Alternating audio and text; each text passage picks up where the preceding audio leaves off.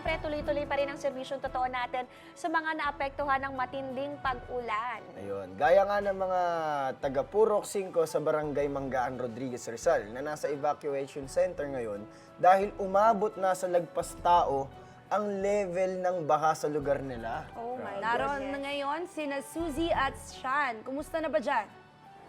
Kamusta ang mga evacuees natin, Ate Shan? Good morning. Good morning sa inyo dyan.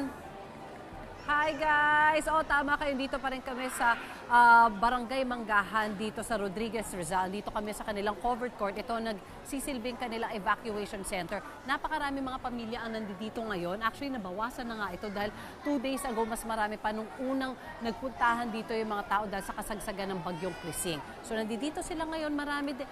Tabi-tabi sila dito pero marami din sa kanila nakapagdala ng mga gamit nila. Siguro yung maagang lumikas mula sa mga bahay nila. Kasi nakikita nga namin dito, may iba nakapagdala ng crib, may mga lutuan. Yung Oo. iba kahit yung drawer na Bilib si mismo Sean sa dun cabinet. ginawa Hinila na na. kaagad. May washing machine.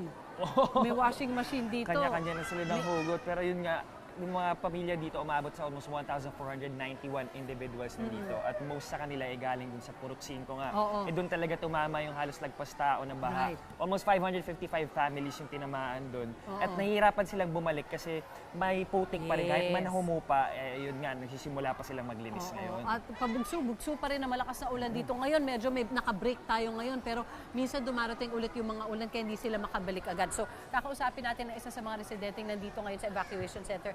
Ma'am, kamusta po? Tayo po tayo, ate. Dito po Magandang umaga. Dito po kayo. Ano po pangalan nila? Sharena Rodriguez. Ano po? Sharena Rodriguez. Sharena.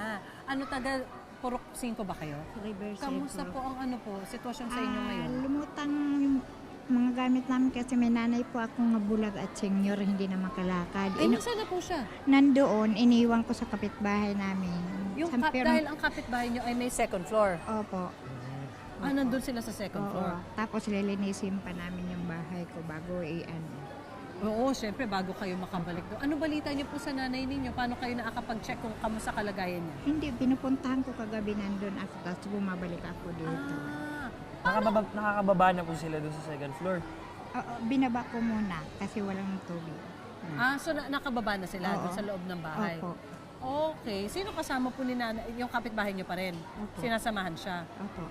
Yung Simula, anak niya. Opo. simula kailan pa kayo dito? Bang 2 araw na ako. 2 araw na.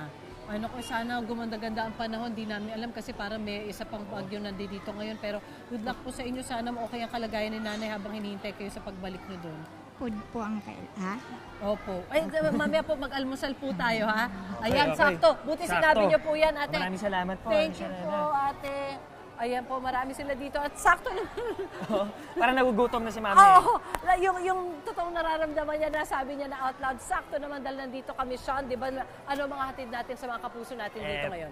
Syempre may paalmusal tayo. So, syempre may tubig tayo dito. Yes. May tinapay. Yan. At may sopas at goto rin tayo para sa mga kapuso natin. Pampainit ngayon na malamig yung panahon. Yes, and of course, nagpapasalamat kami sa mga tumulong sa amin dito. Maraming salamat kay Las Bike and E-Bike Bodega para sa mga inihandang goto ninyo. At maraming salamat din po sa Adores Bake Shop para sa ating mga cheese breads. Thank you po sa inyo. Magiging masarap ang almusal ng mga kapuso natin ngayong umaga. O, sige, Please, simulan na mauna natin. na Go, kayo. kids. Pili na kayo kung gusto nyo ba ng sopas, ng goto.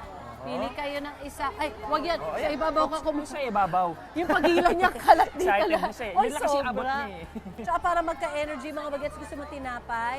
Ayan. Tubig Tapos, din. Huwag niyo kalimutan. Yun, oo. Tubig or kung gusto mo, balikan ng tubig mamaya. Alright, samantalang habang sila ay kumukuha ng kanilang mga almusal dito, Sean, nandito rin po syempre ang lagi natin katuwang sa serbisyong totoo sa unang hirit, ang Kapuso Foundation. Yes, siyempre magbibigay rin tayo ng relief goods ngayon. At tuloy-tuloy lang ang pamimigay ng Kapuso Foundation dito Yes. sa Rodriguez, Rizal at sa iba't iba pang mga lugar. Pakita lang natin ng saglit yung laman ng ano Ayan. natin, ng relief goods natin. Ewan ko, pwede tingnan natin. Thank you buksan po, yan. sir. Thank you po. Siyempre makasama natin from Philippine Army. Thank you so much. Lagi kayong tumutulong sa amin sa Kapuso So Foundation. ayan, may canned goods tayo, may bigas and noodles. Yes. Ayan, for At everyone. Magbibigay din po kami ng isa-isang bote ng tubig at saka ng tinapay. Ayan. So mamaya po, patuloy pa rin po ang pamimigay natin ng mga na mga relief goods galing po sa Kapuso Foundation. Sa mga gusto mag-donate, Sean. Yes, sa mga gusto mag-donate, pwede po kayo mag-deposito sa mga bank accounts namin o sa Cebuana Luwiliero. Pwede rin po online. That's through GCash, Lazada, Yan. Shopee, Globe Rewards at Metrobank credit cards for everyone na gusto pang mag-donate. Ang daming options at ang Kapuso Foundation po ay tuloy-tuloy po na mamimigay ng relief goods. Hindi lang po dito sa evacuation center na ito, kundi sa iba't ibang lugar at evacuation centers sa Rodriguez Rizal sa araw na ito. Ayan. Okay, mamimigay na kami ni Sean. Siyempre mga Kapuso, please, kung makatulong kayo sa amin sa Kapuso Foundation, please do that. Ito ay isang paraan para makatulong sa mga kababayan natin na talaga namang nasalanta ng bagyong Krising. At hindi Ayun lang nga through the pala. Kapuso Foundation, if you can also help sa ating mga sarili-sariling mga paraan. Ay, correct. If meron Tama. naman, tulungan natin ang lahat ng mga kapuso natin na kailangan ng tulong ngayon during these times of need. Tama.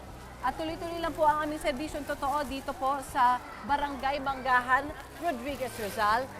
Dito po sa Pambansang Morning Show kung saan laging una kayo. Unang hirit! Ikaw, hindi ka pa nakasubscribe sa GMA Public Affairs YouTube channel? Bakit? Mag-subscribe ka na, dali na, para laging una ka sa mga latest kwento at balita. I-follow mo na rin ang official social media pages ng Unang Hirit. Salamat, Kapuso.